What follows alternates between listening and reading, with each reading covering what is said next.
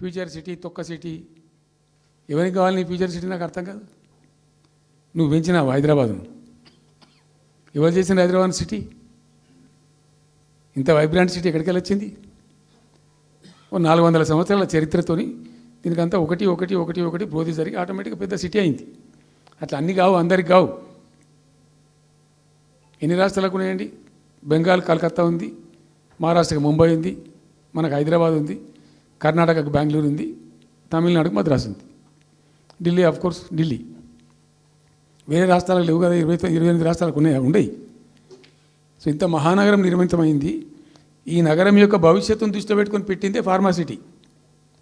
ఈ సిటీ మొత్తం గబ్బులు వేసిపోవాలి ఇక్కడ దాంతో, నువ్వు తీసుకుపోయాలి ఫ్యూచర్ సిటీ తోక సిటీ. ఏందన్నట్టు ఇది? అన్ని దిక్కుమాలిన పాలసీలు, రియల్ ఎస్టేట్ బ్రోకర్ దందా తప్పిది ఇంకోటి లేదు. అన్నీ కనబడతాయి మనకు. మీరు పరిశీలనగా చూస్తే, పూర్తిగా చూస్తే అసలు చాలా గందరగోళం. గురుకుల పాఠశాల విద్యార్థులు చచ్చిపోతారండి. ఇప్పటికి 120 మంది విద్యార్థులు చచ్చిపోయారు. గంత నియంత్రణ లేదా? గంత తెలివి లేదా? ఒక గట్టి అధికారిని పెట్టి గట్టి చర్య తీసుకోరాదా? ఏందో చేస్తాము నీ ఫ్యూచర్ సిటీ తోక సిటీ, ఈ పోరగాళ్ళని చేస్తారు. తర్వాత ఫార్మా సిటీలో ఆ ల్యాండ్ అక్వైర్ చేసినప్పుడు కండిషన్ ఏంటంటే ఓన్లీ ఫార్మా సిటీకి మాత్రమే వాడతాము. Conditional land acquisition. హైకోర్టులో కేసు ఉంది. హైకోర్టులో ఈ ప్రభుత్వం ఏం చెప్తుంది? లేదు ఫార్మాసిటీ ఉంటుంది. మళ్ళీ ఆడ 3,000 ఎకరాల్లో వాడేవాడు అంబానా, సల్మాన్ ఖాన్ ఎవడో వంతారను బొంతారను పెడతారు. ఈ జూ పార్క్ కొంచెం ఆడబెడతారట. ఎందుకు? జూ పార్క్ అమ్మకతో పెట్టడానిక?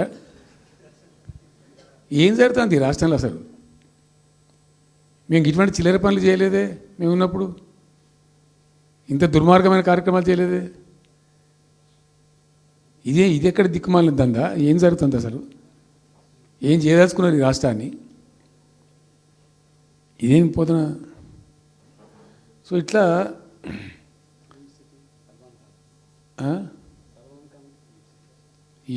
అది ఏందో. నేను ఒక్కటే మాట్లాడుతున్నానండి.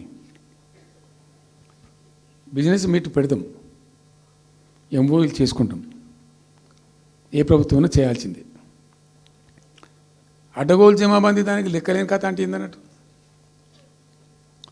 ఒక హైప్ క్రియేట్ చేసుడు, దీనికి ఆజుడు, దీనికి గురువు చంద్రబాబు నాయుడు.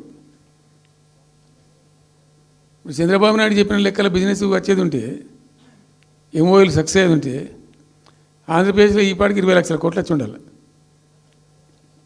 ఆయన ఫస్ట్ టైం అలా సీఎం ఉన్నప్పుడు ఆ ఊళ్ళో పెట్టే కదా, వైజాగ్లో, అమరావతిలో కదా, వైజాగ్లో పెట్టిండు. వైజాగ్లో ఎవరు వెళ్ళి ఎంఓయూలు చేసిన వాళ్ళంటే వంట మనుషులు అని చెప్పిండ్రు. ఆ స్టార్ హోటల్లో ఉండే బయట వంట మనుషులు, వాడు ఎవడ సప్లై చేసేటోళ్ళు, వాడు వచ్చి కూర్చోపోయి సంతకం పెట్టే పెట్టిండు.